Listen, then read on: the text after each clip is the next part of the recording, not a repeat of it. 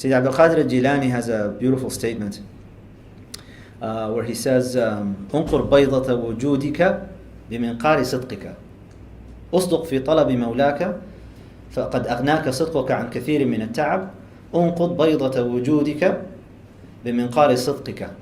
So have sincerity and truth in the way that you're seeking your Lord.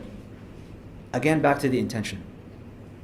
That you're seeking this for the sake of, you want to please Allah subhanahu wa ta'ala.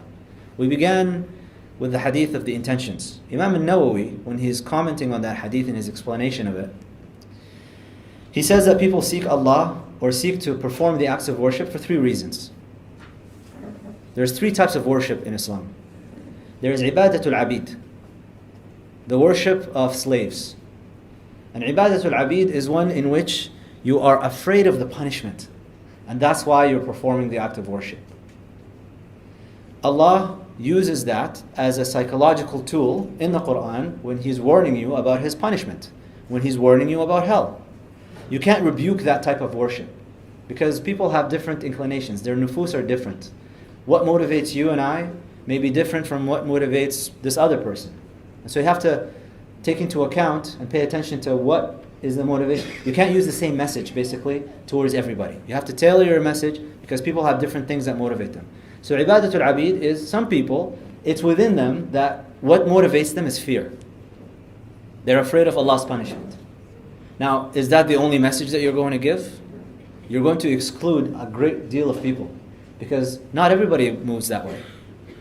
The second type of worship that Imam al-Nawawi mentions is that the intention of why people are engaging in worship is ibadatul tujjar, the worship of merchants. And what is the worship of merchants? Well, you have al-sadaqa بعشر أمثالها إلى 700 ضعف, and then you start calculating like, I'm going to worship Allah because I get 10 equivalents for their word. So if I give $1, Allah will grant me 10, and then that could be multiplied to 700 times.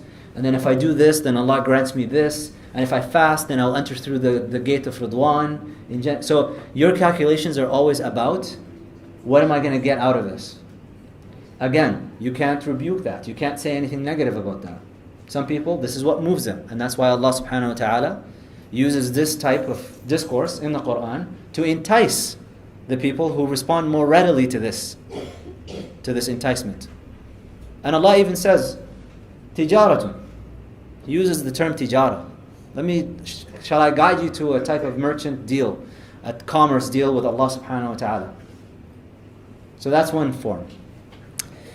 The other form is ibadatul ahrar, the third form, the worship of free people. And this by far is really the highest type of worship. And the reason you engage in this act of worship is not because you're afraid of hell, even if you have that fear, but that's not really the motivation that's driving you to do things. It's also not because you're going to get into paradise if you do these things, even though it could be part of your motivation, but that's not the primary motive for you. The primary motive for you is لأن الله أهل لذلك, because Allah subhanahu wa ta'ala is deserving of this worship. That's why Rabi al-Adawiyya said, Allahumma in kuntu a'buduka khawfan min narika fa'aqini fi narika. وإن كنت أعبدك طمعا في جنتك فاحرمني من جنتك وإن كنت أعبدك إرادة لوجهك فلا تحرمني من وجهك أو كما قالت. So Rabi al-Adawiyya, this great saint, we usually talk about men, right? Fudayl ibn Iyad, and we talk about Malik ibn Dinar. Rabi al-Adawiyya is one of the greatest saints in Islam, one of the greatest awliya in Islam. And her dua was, oh Allah, if I'm worshipping you out of fear of your fire, then throw me into the fire. And if I'm worshipping you out of desire for your paradise, then don't let me into paradise. But if I'm worshipping you, seeking your countenance, to be with you, O Allah, then please do not prevent me, do not deprive me of that type of companionship.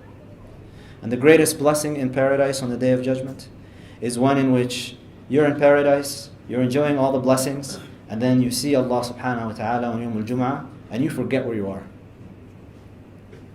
That's why you do these things. But people are maqamat.